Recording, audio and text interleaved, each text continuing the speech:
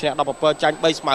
5និងផ្ដួលដៃគូឲ្យសន្លប់គឺ7លើកប្រកួតចុងក្រោយជាមួយនួនគៀគឺចាញ់ដល់បន្ទុបាទថ្វាយគុំគូរបៀបរំលឹកគុណគ្រូបាញ់មិញនេះហើយជូនសិនរបស់សឹមមុនហេងមកពីក្លឹបព្រៃទៅទឹងកីឡាខេត្តបាត់ដំបងដូចគ្នាពីអ្នកនេះក្រុម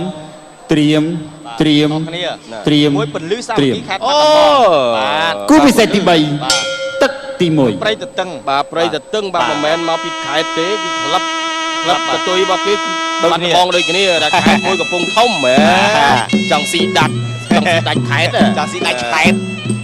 25ខេត្តក្រុងដាច់មួយ34ដាច់មិនបានពីនេះនេះបទពិសោធន៍នៃការប្រកួតរបស់គេនឹងគឺមិនលើខ្វះគ្នាប្រហែលទេគឺតិចតួចទេបាទ5ប្រកួតហើយអាយុរបស់គេនឹងគឺថាប៉ុនកាភានេះ21ដែរម៉ូណារុងនេះគឺថាជាអ្នកសរសេរគាត់ភ្លេចតែក៏មិនលើខ្វះដែរបាទមិនលើខ្វះដល់20ទៅ21ដូចគ្នាដូចយើងមើលរូបភាពទៅគាត់ក្មេងដែរប្រហែលដល់ពិធីកទេចាស់មានចាស់ណាទៅអាយុ40ជាងពិធីកទេអ្នកអត្ថាធិប្បាយនេះគេថាចាស់នេះចាស់អាប់ដេតហ៎DJ លុចលឺឡើយ DJ លុយ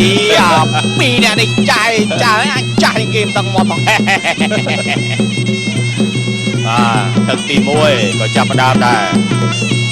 ញ្ញាកដាវិញ្ញាណការប្រកួតនេះគឺលោកមីរតនាហើយចៅក្រមទាំង5រូបនឹងមានដូចជាលោកទេពស៊ីវថាលោកម៉ាសាខនលោកពេជ្រសុផាន់លោកទេពស៊ីវថាបាទសាំងសូម៉ាលីនិងពីសុភាពបាទទេពស៊ីវថាណាមិញបាទខ្ញុំលឺសូននឹងនាងស៊ីវថាលោកនាងស៊ីវថាគឺគាត់អ្នកគ្រប់គ្រងកម្មវិធីបាទនាងគ្រប់គ្រងកម្មវិធីនៅផ្នែកកីឡាបណ្ដាលបាទដូចជាសម្រាប់មុនគាត់បានជម្រាបបងប្អូនទស្សនិកជនបានជម្រាបថាមូលហេតុអីបានជាវងណយបានមកធ្វើការប្រកួតនៅបាទជំនួសឯមុថាដោយសារទី1បាទគឺឯមុថាមិនអាចតទៅទៀតបានទេឯមុថាបាទរបួសជើងគឺថាស្រាំបាត់ហើយបាទស្រាំបាទអញ្ចឹងមិនអាចប្រកួតបានទៀតទេបើប្រកួតទៀតគឺថាបាក់តែម្ដងមកចូលមុខបាទអញ្ចឹងមានន័យថាឯមុថានឹងគឺដកខ្លួនបាទដកខ្លួនចេញជំនួសដោយកីឡាករវងណយតែវាសូថាកីឡាករវងណយគាត់មានសប្បុរសធម៌បាទថ្ងៃនេះវងណយថ្ងៃនេះបានមកជម្រាបដល់អ្នកអត្ថាធិប្បាយហើយក៏ជម្រាបដល់លោកអាជ្ញាកណ្ដាលឲ្យទាំងអស់ប្រាប់ថាបាទថ្ងៃនេះគេប្រកួត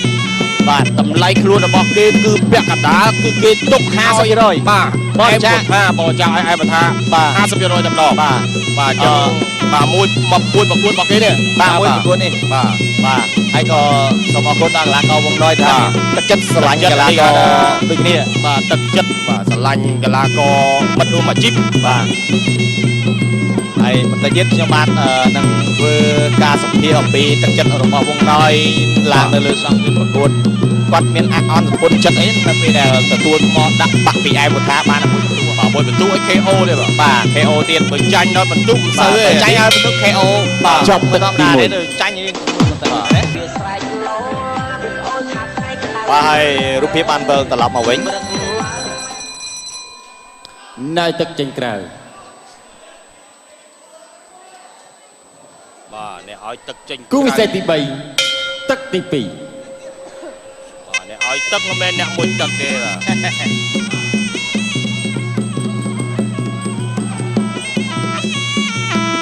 2រវាងមង្គលក្រហមផុនសុភាបាទជាមួយមង្គលខៀវម៉ូណារុងទឹកទី1គេថាដកស្រង់បច្ចេកទេសស្ទាបស្ទង់គេហៅថាស្ទាបស្ទង់ដឹងថាដៃគូរបស់ខ្លួននឹងសោយចំណុចណា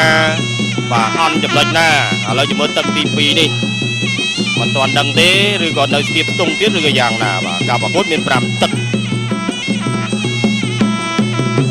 ក៏សូមជម្រាបជូនទស្សនិកជនផងដែរបាទនៅល្ងាចនេះនៅសមាបយ័នស្ទឹងមានជ័យ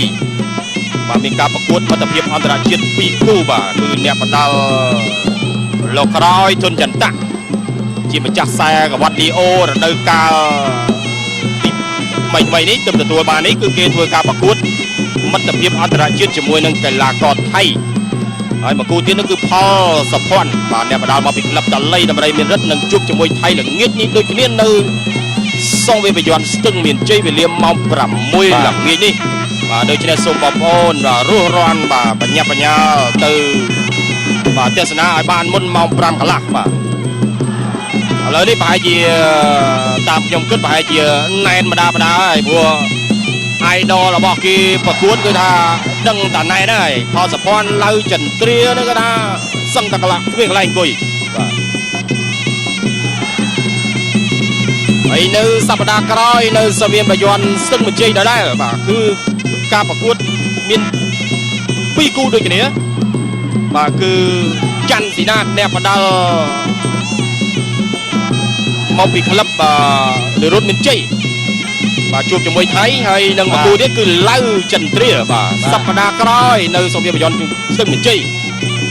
បាទដូច្នេះសូមបងប្អូនជ្រាបជាព័ត៌មានបាទអាទិត្យនេះសម្ព័ន្ធអាទិត្យក្រោយចន្ទ្រាម្ដងនៅស្ទឹងមានជ័យបាទលើទស្សនាការប្រកួតបន្តទឹកទី2ដែរបាទឃើញថាសងទៅសងមកអត់ទាន់មានកន្លែងណាថាខ្លាំងដល់ឡើយទេ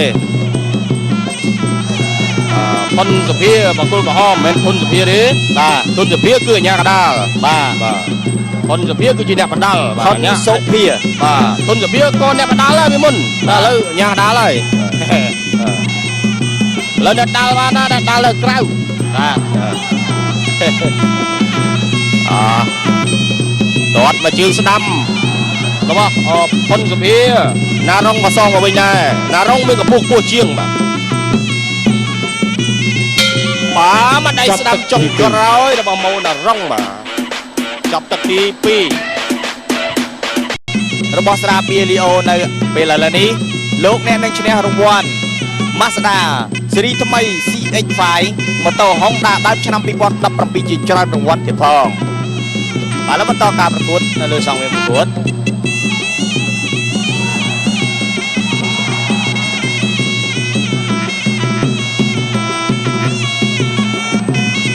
ដល់ការប្រកួតទៀតដល់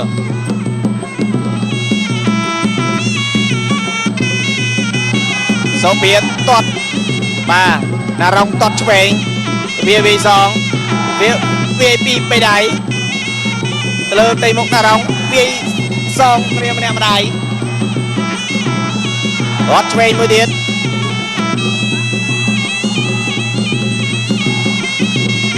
ញ៉ា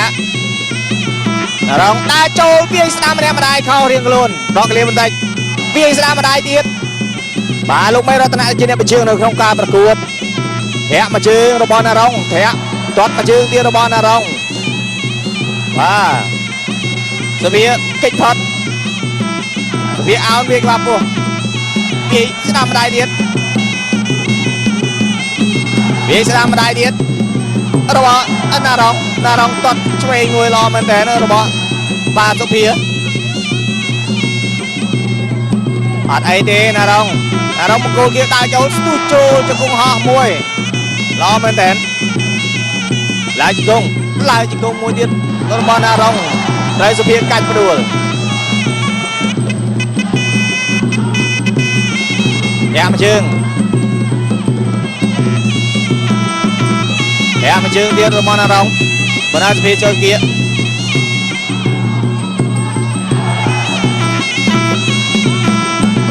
ឆ្វេងម្ដាយរបស់សុភាល្អមែនតើធ្វើឲ្យរ៉ានងរ៉ាបាទជាស្រ័យរ៉ាណារងបាទចង់ជាប់មាត់បាត់អីទេយ៉ាងម៉េចទៅហើយ2 3បាទ 4 5 6 7 8 9 10 បាទរូបភាពយឺតបាទបងកំប្រាម៉ាន់ដាក់រូបភាពពីប្រទៀតធ្វើមិនเคยច្បាស់បាទឲ្យ slow បាទនេះជារូបភាពយឺតបាទអមាញ់មកចូលកន្លែងណាមើលប្រកាសទូចូលជង្គង់ហោះមួយជង្គង់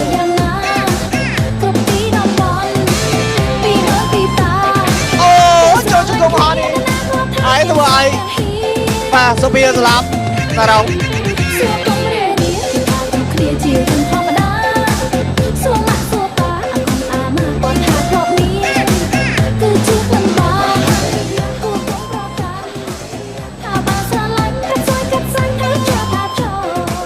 បង្គោលខៀវម៉ូណារុងឈ្នះបង្គោលក្រហមដោយបង្គោលផនសន្លប់ក្នុងទឹកទី3 ចិត្តចង់បាន